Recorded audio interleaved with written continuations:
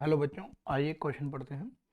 3 moles of an ideal gas being initially at temperature T initial is equal to 273 Kelvin were isothermally expanded 5 times of its initial volume and then isochorically heated so that the pressure in the final state becomes equal to the initial state. The total heat supplied in the process is 80 kilojoule. Find gamma, that is Cp by Cv of the gas. देखें, first process की बात करते हैं। First process में हमें बोला गया that is isothermally expand किया गया है किसको? इनिशियल वॉल्यूम को। ठीक है, that means temperature is equal to constant, क्योंकि पहले प्रोसेस में बोला गया है जो भी हो रहा है वो आइसोथर्मली चेंज है। Temperature constant, that means temperature constant मतलब आइसोथर्मल प्रोसेस के लिए PV is equal to constant. अगर PV is equal to constant है that means P is inversely to V, P V के इनवर्सली होगा। अब volume is made 5 times. Volume जो है V डैश वो कितना की गई है? मान लो फाइनल वॉल्यूम जो है, वॉल्यूम ऐसा मान लेते हैं volume is made 5 times. Volume अगर 5 टाइम्स बढ़ाई गई है तो प्रेशर 5 टाइम्स घटेगा, तो प्रेशर बिकम्स कितना? 1/5 ऑफ इनिशियल, 1/5 ऑफ इनिशियल। तो ये पॉइंट आएगा पहले के लिए। अब सेकंड प्रोसेस को देखें। सेकंड प्रोसेस में हमें बोला गया that is volume is equal to constant, क्योंकि आइसोकोरिक बोला गया है, तो आइसोकोरिकली दैट इज वॉल्यूम क्या हो जाएगी? सेकंड के लिए कांस्टेंट हो जाएगी। तो वॉल्यूम अगर कांस्टेंट है तो टेम्परेचर किसके डायरेक्टली है? प्रेशर के।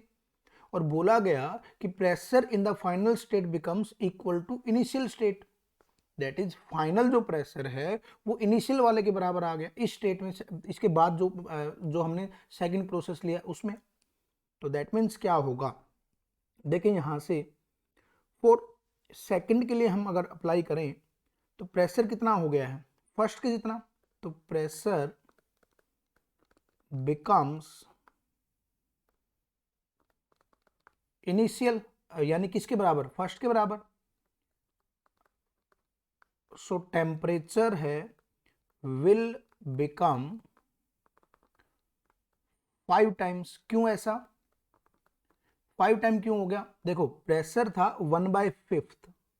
अगर मैं P डैश को पहले प्रोसेस में क्या लेता हूं? 1/5 ऑफ P। अब इस केस में जो P डबल डैश है वो कितना हो गया है? P के बराबर हो गया है।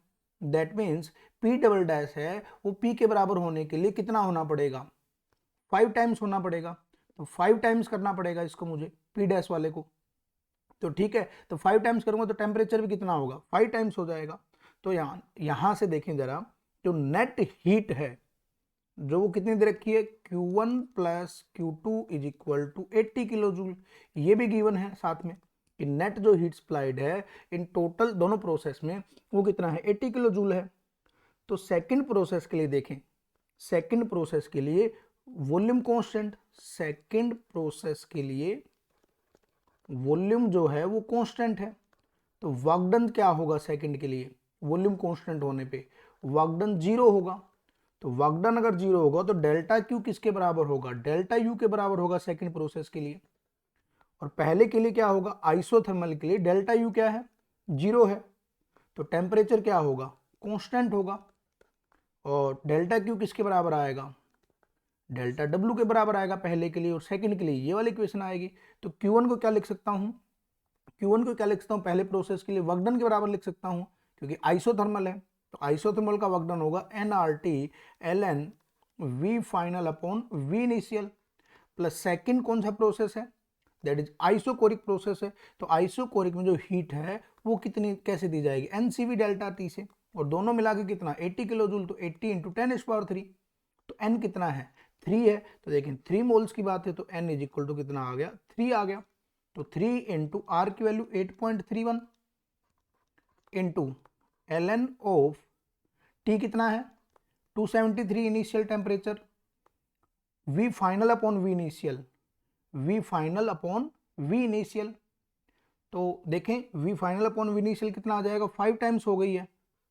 तो वॉल्यूम कितना होगी 5 टाइम्स, तो 5 अपॉन 5 वी अपॉन वी यानी 5 आ जाएगा, प्लस एन 3 इंटू ये कितना हो जाएगा R upon gamma minus one, gamma minus one, C V को लिख सकता हूँ R upon gamma minus one into में डेल्टा टी, डेल्टा टी कितना आ जाएगा, टेम्परेचर कितना हो गया है देखिए, टेम्परेचर 5 टाइम्स हो गया था, तो 5 ऑफ 273 माइनस 273 यानी 5T1 minus T1 is equal to कितना 80 इंटू 10⁻3।